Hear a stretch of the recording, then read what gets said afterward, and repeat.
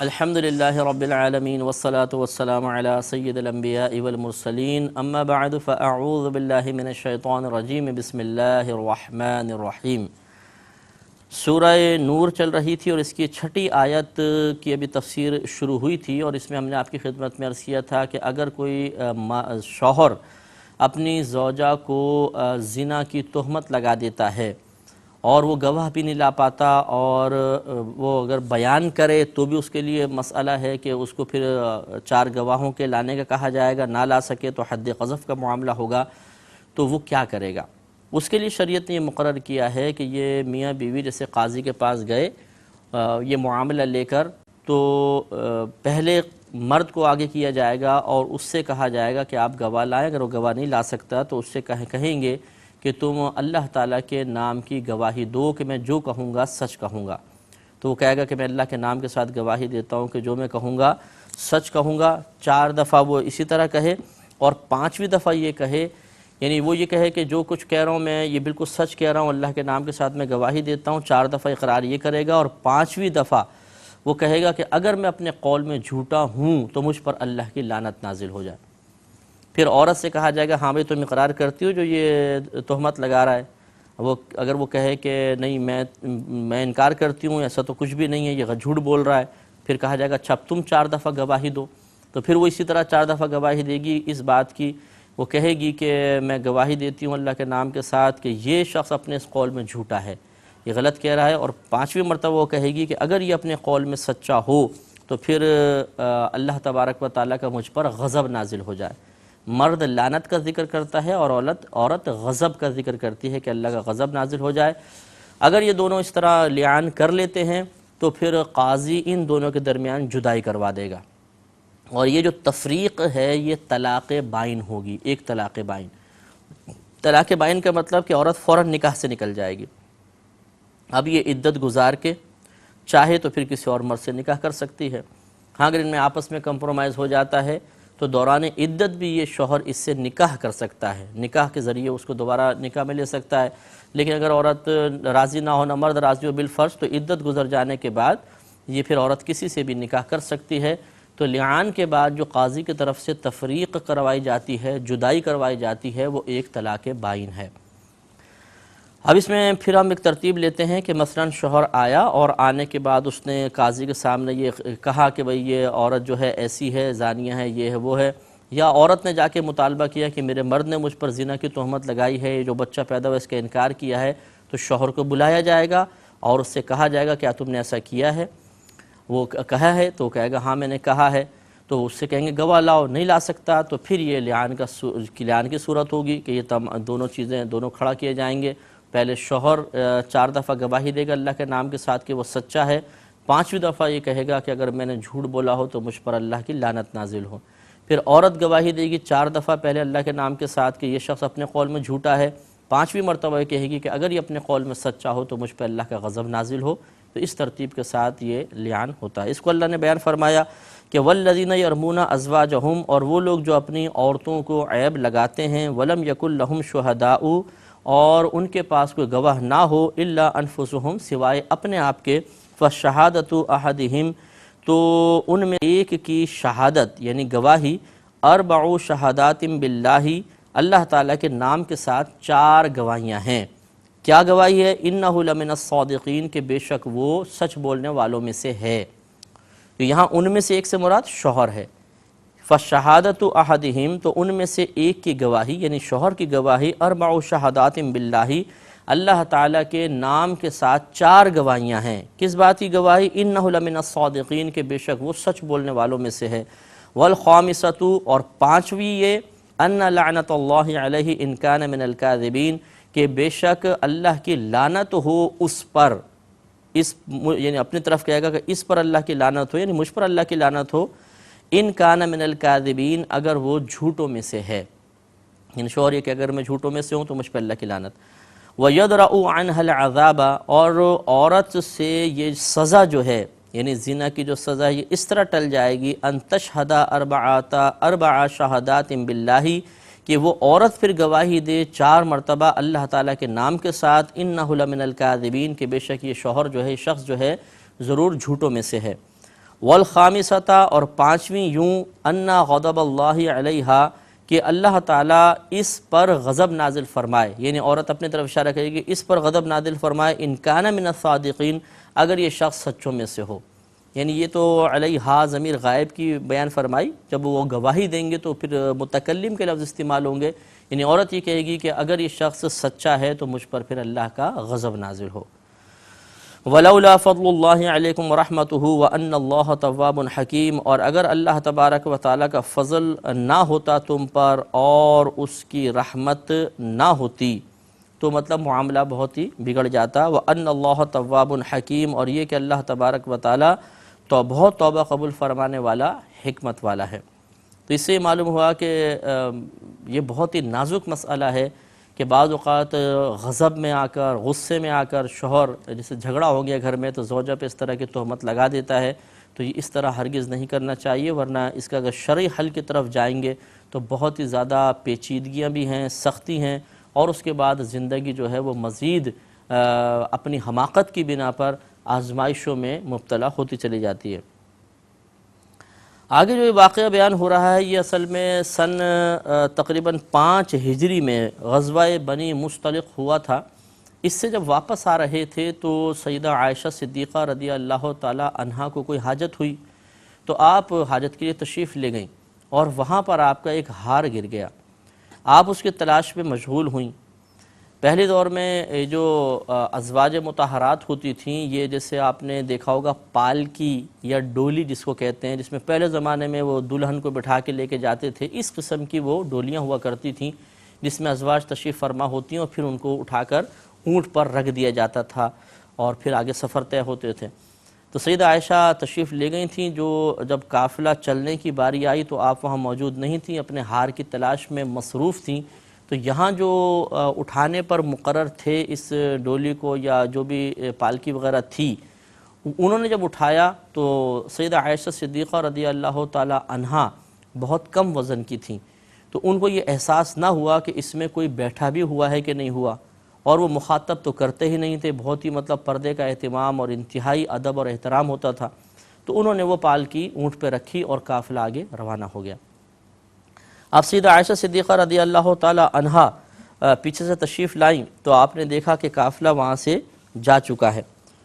تو اب آپ اسی مقام پر بیٹھ گئیں اور انتظار، آپ نے سوچا کہ چلے جب قافلہ آگے جائے گا معلوم ہوگا کہ نہیں ہوں تو وہ واپس آئیں گے اور آ کے مجھے لے جائیں گے، راستے میں بیٹھ گئیں وہیں پر۔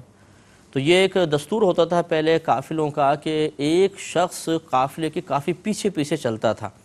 تاکہ اگر قافلے والوں کی کوئی چیز وہاں پر رہ گئی ہو، گر گئی ہو، تو اس کا کام ہی ہوتا تھا کہ راستے میں دیکھتا جائے کہ کوئی چیز گری تو نہیں ہے، تو پھر اٹھا لاتا تھا، وہ پھر قافلے کو مل جاتی تھی، ہوتے قافلے والے تھے۔ تو حضرت صفوان رضی اللہ تعالی عنہ جو تھے وہ پیچھے پیچھے آ رہے تھے، تو جب وہاں پہنچے تو انہوں نے دیکھا کہ خاتون بیٹھی ہیں، تو انہوں نے انا للہ و انا الیہ راجعون پڑھا اور پوچھا کون ہے، تو بتایا کہ میں تو عائشہ ہوں۔ تو پھر آپ نے اپنے اونٹ کو بٹھایا، سیدہ عائشہ اس پہ تشریف فرما ہوئیں اور آپ اونٹ لے کر قافلے تک پہنچ گئے۔ اب جب قافلے پہ پہنچے تو منافقین بھی ساتھ تھے اس غزوے میں، تو ان کو موقع مل گیا اور انہوں نے معاذ اللہ سیدہ عائشہ صدیقہ رضی اللہ تعالی عنہا پر بری تہمت لگائی اور بہت اس کا شور کیا، تو اس میں افواہ میں بعض مسلمان بھی مبتلا ہو گئے غلط فہمی کی بنا پر، حالانکہ ان سب کو چاہیے تھا بہرحال کہ حسن ظن قائم رکھتے، اور بی بی عائشہ صدیقہ رضی اللہ تعالی عنہا جو ازواج مطہرات میں سے ہیں اور ان کی پاکیزگی مشہور تھی، کبھی کوئی ایسا معاملہ نہیں دیکھا، اور پھر نبی کی زوجیت میں یہ ہمیشہ اصول یاد رکھیے گا کہ ایک عورت کفر کی طرف تو مائل ہو سکتی ہے، جیسے نوح علیہ السلام کی زوجہ ہو گئی تھیں، لیکن یا لوط علیہ السلام کی زوجہ جو تھیں وہ کفار کے ساتھ مل گئی تھیں، لیکن ایسا نہیں ہو سکتا کہ نبی کے ساتھ ان کی زوجہ رہتی ہوں اور خدا نہ خواستہ کسی غلط فعل میں مسلسل مشغول ہو جائیں، یہ ہو ہی نہیں سکتا، پارسا عورتیں ہوتی ہیں، لہذا ہونا ہی چاہیے تھا کہ دفاع کیا جاتا، لیکن بہرحال وہ بعض اوقات ہوتی ہے، افواہ اتنی زور شور کے ساتھ ہوتی ہے کہ بعض مسلمان بھی اس میں شامل ہو گئے۔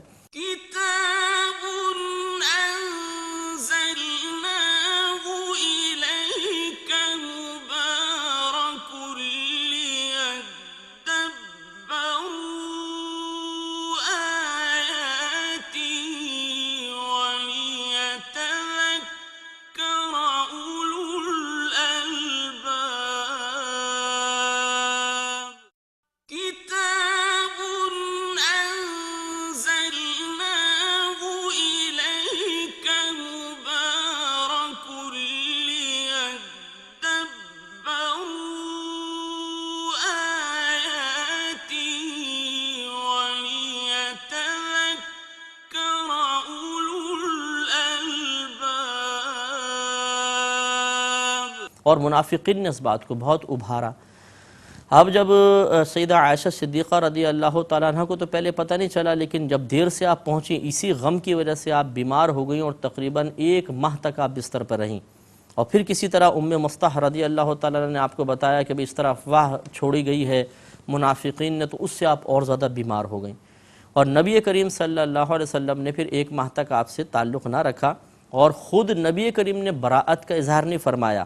حالانکہ آپ نے بعد میں خود فرمایا کہ میں جانتا تھا کہ میرے گھر والے پاکیزہ ہیں، لیکن اگر اس وقت نبی کریم صلی اللہ علیہ وسلم خود براہ راست سیدہ عائشہ صدیقہ رضی اللہ تعالیٰ عنہ کا دفاع کرنا شروع کرتے تو منافقین کو موقع مل جاتا کہ بھئی معاذ اللہ دیکھا نا اپنے گھر کی بات ہے تو خود دفاع کر رہے ہیں اور دوسروں کے لیے ایسا سا معاملہ۔ تو نبی کریم نے بھی خاموشی اختیار فرمائی، اور اللہ تبارک و تعالیٰ کی طرف سے پھر یہ سیدہ عائشہ صدیقہ رضی اللہ تعالیٰ عنہ کی شان میں کثیر آیتیں آئیں جن سے قیامت تک کے لیے آپ کی پاکیزگی سب پر عیاں ہو گئی، اور اس سے سیدہ عائشہ صدیقہ رضی اللہ تعالیٰ عنہ کی شان بھی معلوم ہوئی کہ خود اللہ تبارک و تعالیٰ نے آپ کے حق میں آیات کو نازل فرمایا اور یہ قیامت تک کے لیے قرآن کا حصہ بن گئی۔ تو یہ بہت ہی بڑی سعادت اور فضیلت ہے کہ کسی کا تذکرہ یا کسی کے مناقب اور فضائل میں آیات نازل ہو جائیں، وہ بھی اللہ تعالیٰ کی طرف سے بہت بڑی بات ہے۔ تو اس لیے یہ جو آیات اب آگے آ رہی ہیں یہ سیدہ عائشہ صدیقہ رضی اللہ تعالیٰ عنہا کے اسی واقعے کے بارے میں ہیں، اور جب یہ آیات نازل ہوئیں تو پھر جس نے سیدہ عائشہ صدیقہ رضی اللہ تعالیٰ عنہا پر یہ تہمت لگائی تھی ان تمام کو سزا ملی، یعنی جس نے باقاعدہ تہمت لگائی تھی اس کو سزا ملتی گئی۔ تو یہ بیان فرمایا، اللہ تعالیٰ نے ارشاد فرمایا، ارشاد ہوتا ہے کہ ان الذین جاؤ، بے شک وہ جو لائے، بالافکی، ایک بڑا بہتان، عصبۃ منکم، تمہیں میں سے ایک جماعت ہے، لا تحسبوہ شرا لکم، اسے اپنے لیے برا نہ سمجھو، یعنی خطاب مسلمانوں سے کہ یہ تمہیں میں سے ایک جماعت یہ الزام لے کر آئی ہے، بہتان لگایا ہے، تو ان کے بہتان کو اپنے حق میں برا نہ سمجھو۔ کیا مطلب کہ اس سے تمہاری کوئی عزت کم نہیں ہوگی، بلکہ یہ بہتان لگائیں گے اور ان کے بہتان کو غلط ثابت کرنے کے لیے اللہ تبارک و تعالیٰ کی طرف سے آیات نازل ہوں گی، تو اس سے تمہاری شان بڑھے گی، شان گھٹے گی نہیں۔ تو لا تحسبوہ شرا لکم، تو تم اسے اپنے لیے برا گمان نہ کرو، بل ہوا خیر لکم، بلکہ یہ جو الزام لگا رہے ہیں یہ آگے چل کے تمہارے حق میں مزید مفید ثابت ہو جائے گا کہ اللہ تبارک و تعالیٰ کی طرف سے خود سیدہ عائشہ صدیقہ رضی اللہ تعالیٰ عنہا کی پاکیزگی کے لیے آیات نازل ہوں گی۔ لِكُلِّ امْرِئٍ مِّنْهُمْ مَا اكْتَسَبَ مِنَ الْإِثْمِ، ان میں سے ہر شخص کے لیے وہ گناہ ہے جو اس نے کمایا، یعنی مختلف درجات تھے۔ عبداللہ بن ابی سلول جو تھا منافق بہت بڑا تھا، اس نے زیادہ الزام لگایا، تو آگے بعضوں نے اس بات کو پہنچایا کہ ہاں ایسا ہوا ہے، بعضوں نے اس کو سنا اور اقرار کیا، اچھا ہاں ہوا ہوگا ٹھیک ہے، بعض اس پہ ہنس دیے، بعض نے خاموشی اختیار کی، رد نہیں کیا۔ تو یہ رد نہ کرنا بھی ایک قابل گریف جرم تھا کہ کیوں نہیں رد کیا، فوراً دفاع کرنا چاہیے تھا، جیسے آگے اللہ تعالیٰ خود ارشاد فرما رہا ہے۔ تو یہ اللہ نے بیان فرمایا کہ لِكُلِّ امْرِئٍ مِّنْهُمْ مَا اكْتَسَبَ مِنَ الْإِثْمِ، ان میں سے ہر شخص کے لیے وہ گناہ تھا جو اس نے کمایا۔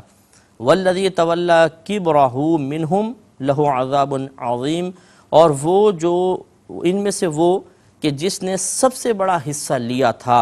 اس کے لیے بڑا عذاب ہے۔ وہ عبداللہ بن ابی بن سلول تھا جس نے سب سے زیادہ مطلب یہ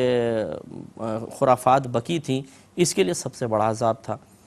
لولا اذ سمعتموہم ظن المؤمنون والمؤمنات بانفسہم خیرا، اللہ تعالیٰ ارشاد فرماتے ہیں کہ ایسا کیوں نہ ہوا کہ جب تم نے اسے سنا تھا کہ مسلمان مردوں اور عورتوں نے اپنوں پر، جب تم نے اسے سنا تھا تو مسلمان مردوں اور مسلمان عورتوں نے اپنوں پر نیک گمان کیا ہوتا،